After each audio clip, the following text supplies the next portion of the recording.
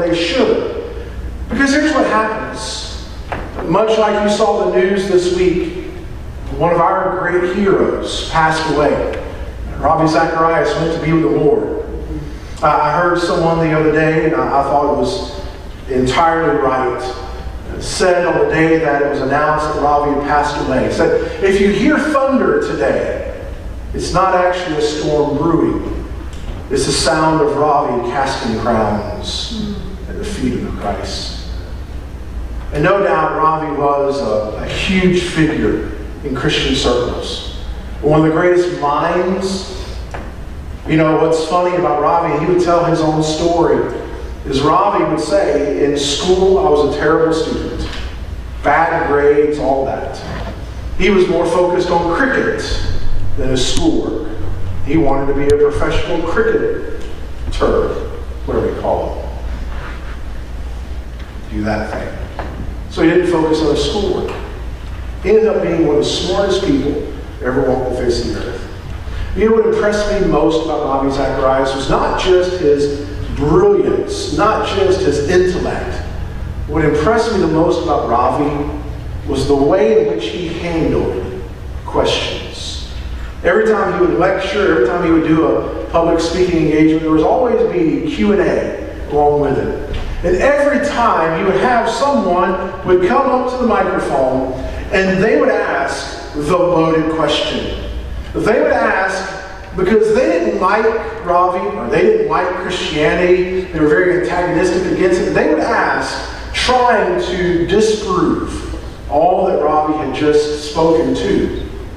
And even against his enemy, Ravi would handle the questioner with honor and dignity, would handle him with grace, would take the question and treat it with a question of value. He would respect the person that was even his enemy. And that deeply impacted me in just the way that we ought to treat one another, even those that we disagree with. And Ravi rightfully, this you'll hear continuing on a number of stories in the days to come about how wonderful and how great Ravi Zacharias was. Let me remind you of this.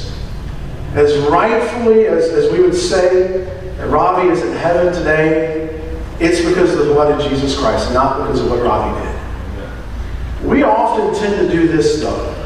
We tend to make our heroes more angelic than they really were.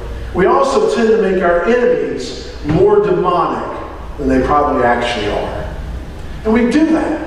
If it fits with our idea of what we think that person is like, we buy into it. And so naturally, conspiracy theories begin to abound because we do know that people plot. We do know that people plan.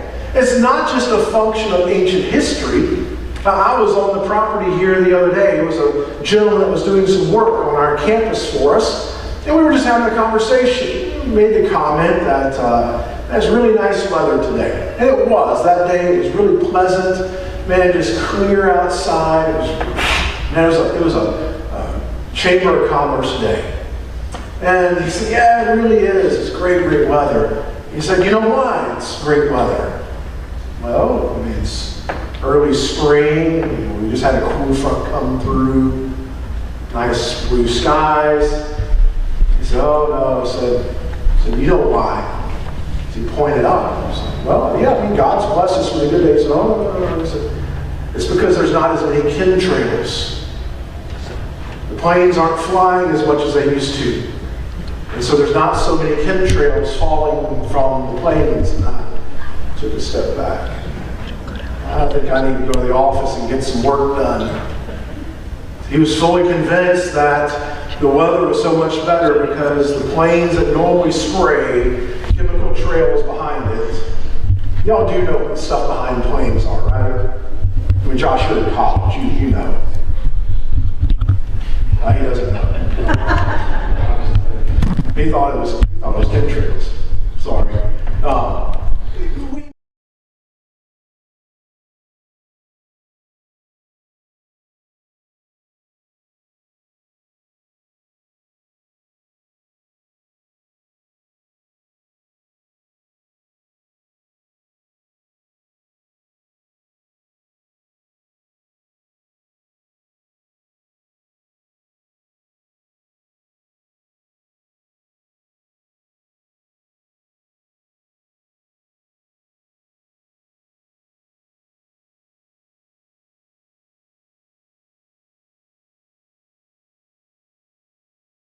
trust the government, so it fits naturally.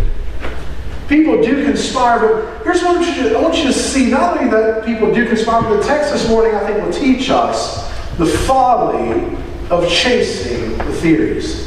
The folly of chasing the theories. Verse 4 would say, he who sits in the heavens laughs. So God looks down from heaven and he sees all that people are trying to do, all their conspiracies, all their aims to try to amass more power, more influence, more prestige. He laughs at it. He laughs at their folly. He laughs at the frailty of their plans. He who sits in heaven has the real power. We mentioned Caligula just a moment ago. Caligula was one of the first Roman emperors to actually, in his own lifetime, claim to be a god.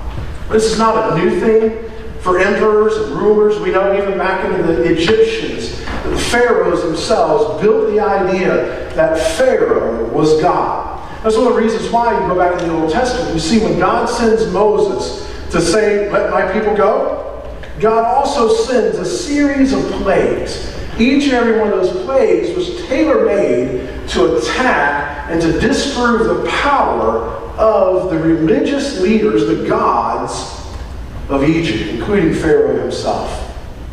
Pharaoh was unable to stop any of this. Pharaoh thought himself to be a god. Caligula himself declared himself to be a god. But God laughed because he attended the funeral of all these gods. There came a day when Caligula died. There came a day when each and every Pharaoh breathed his last. And God saw that life expire. God sits and laughs at our plans to amass all of this power, all of this fame, all this prestige. Laughs at it. I fear we as Christians have found ourselves today like those dogs chasing the cars. We forgot that God still has the proper perspective on things. All right, so assume for just a moment that Bill Gates is actually trying to take over the world and he's actually like some super evil genius sitting in the midst of his headquarters in Washington State. Then what? There's only so much power he can grab. And it will quickly expire. A number of men, much stronger, much smarter, much more persuasive than Bill Gates, has walked the face of this earth. And they all have met the same end. I believe we as Christians have so taken our focus off of the perspective that God views things from, that we no longer laugh, we get nervous. Like I said, I've seen a number of Christians already that are chasing these conspiracy theories. Let me ask you something for just a second. What does it really matter? Yeah, I think the text is making a very clear case that even if it doesn't matter, what it has done is done a great job of shifting our focus off of the future and into the present.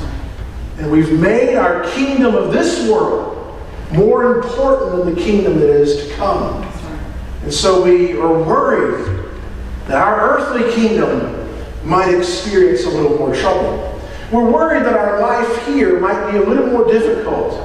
We're worried that someone might be trying to do something to make our life here unpleasant, and have taken our eyes off of the life that is to come. That's why God can look at all those that conspire, all those that plan to amass their power, to even overthrow God himself, can laugh. Because God's plan will still go on. Verse 6 will go on to say, but as for me, I have installed my king upon Zion, my holy mountain. Plan all you want to. You can't stop the work of God. Amen. Plan all you want to, and you won't be able to undo it. God is going to accomplish his work. So let me ask you, church, for a moment, just what good does it for us? How does it advance the kingdom of God if we figure it all out? If we say, okay, maybe we can make the case. Maybe I could prove to you right now, which I think there's no way you can, it's ludicrous. Maybe I could prove to you right now that Bill Gates is the Antichrist. And what good would it do? I mean, for generations now, we thought we knew what was going on. When I was a kid, it was Mikhail Gorbachev.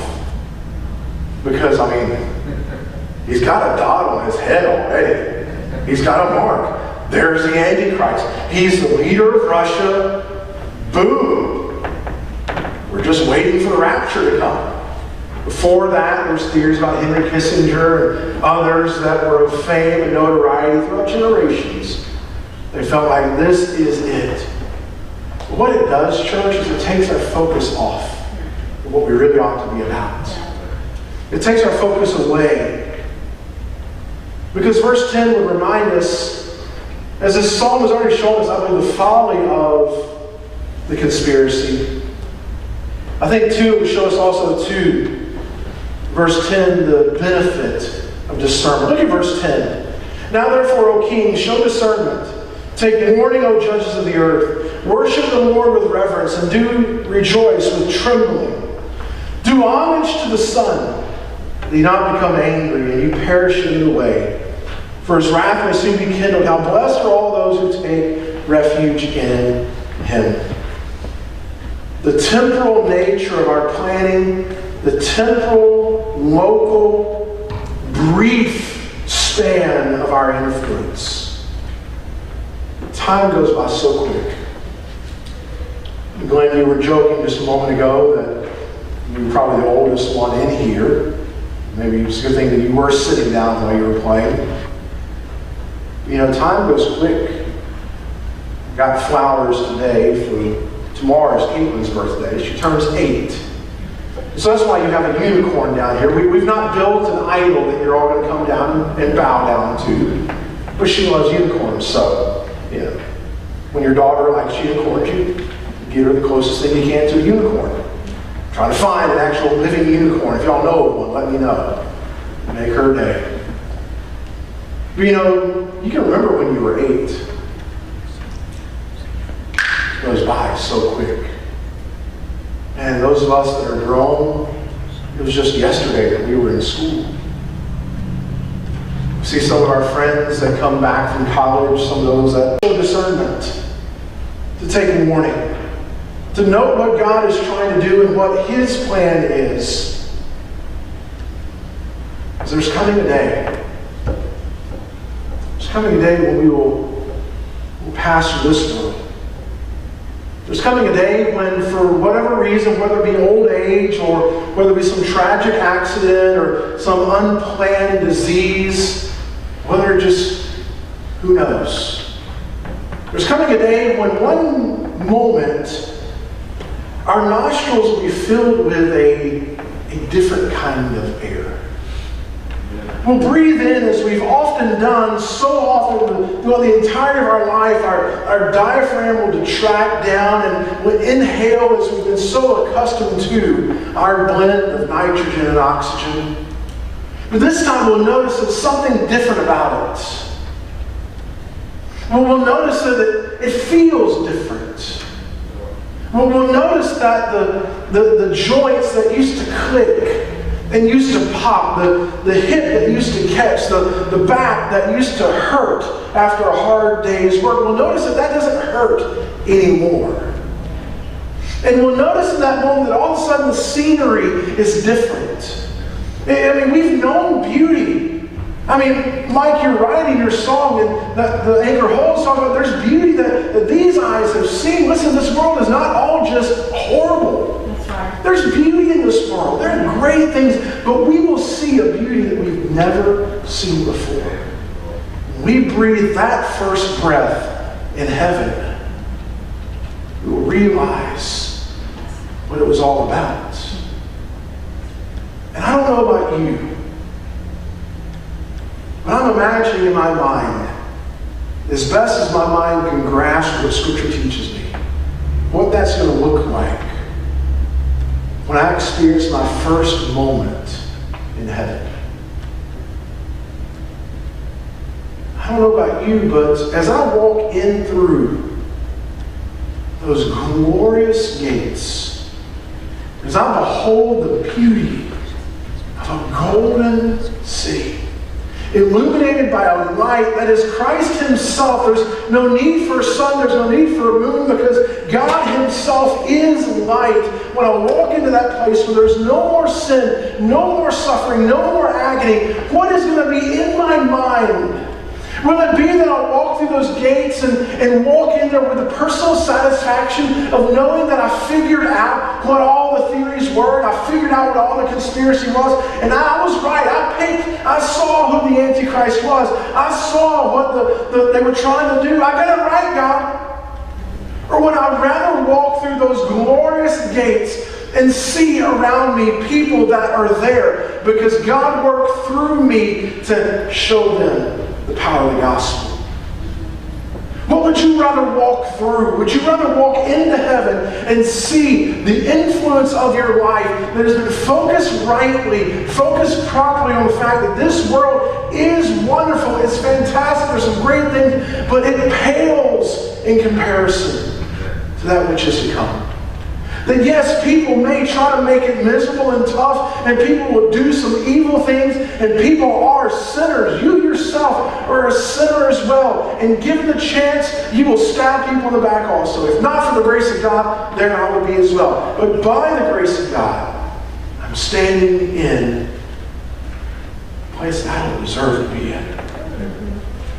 Would you rather walk through those gates and see people that are there because God worked through you to bring them there? I want to ask you a question. I want to ask you a hard question. When you get to heaven, who will be there because God worked through you? Who will be in heaven because God led you to go tell them Jesus died for them and can forgive them their sins? Who will be there because you minister to them? And listen, we're not about bragging. We're not about boasting, because honestly we know it is God that saves. I don't save anybody. You don't save anybody. But God works through us to take the gospel to the lost and the perishing. So I ask you, this is a hard question. Who will be in heaven because God worked through you? Kids, teenagers, it's easy to say, I'm just getting started. A long time ahead. There's people I know that are in their 80s that have been saving for 50, 60 years. I'll get to it. Don't wait. I don't know what tomorrow brings. Don't know. Whether we live to 90 or we live to 20, I don't know. Who will be in heaven because God worked through you? Why do the nations rage? Listen, people are always going to try to grab the power. Where should my focus be as a Christian? Solving the mystery as if we're some spiritual sleuth? We're taking the gospel to the lost and dying because this world is short. And the reason why God can laugh at all their plans is because God is the only one that actually has real power. What is God calling you to do? Who is it that God is calling you to go to? I pray that this morning, every single one of you, your mind is just popping with names and pictures of people that have trusted Christ, and you've had the pleasure of walking that journey with them, of being a part of that story. You know, for a lot of Christians, there's not a name that can come to mind. For a lot of people who love Jesus, they will live their entire life and never tell. There's that old song that we sing, A lot of times Bobby Wright and I will sing it. And it envisions that scenario where we're in heaven and people come up to us. And it's just hypothetical. People come up to us and they say, I just want to thank you for the different things you did. Thank you for giving to the Lord. Because I was a life that was changed. I don't know how long you're going to live in this earth. I hope it's a long time. I hope I get to the point where I got so many candles on my birthday cake that they got to have a fire extinguisher. I don't know. Who's going to be in heaven as God work through you? Father, we call out to you today in need of your help, God.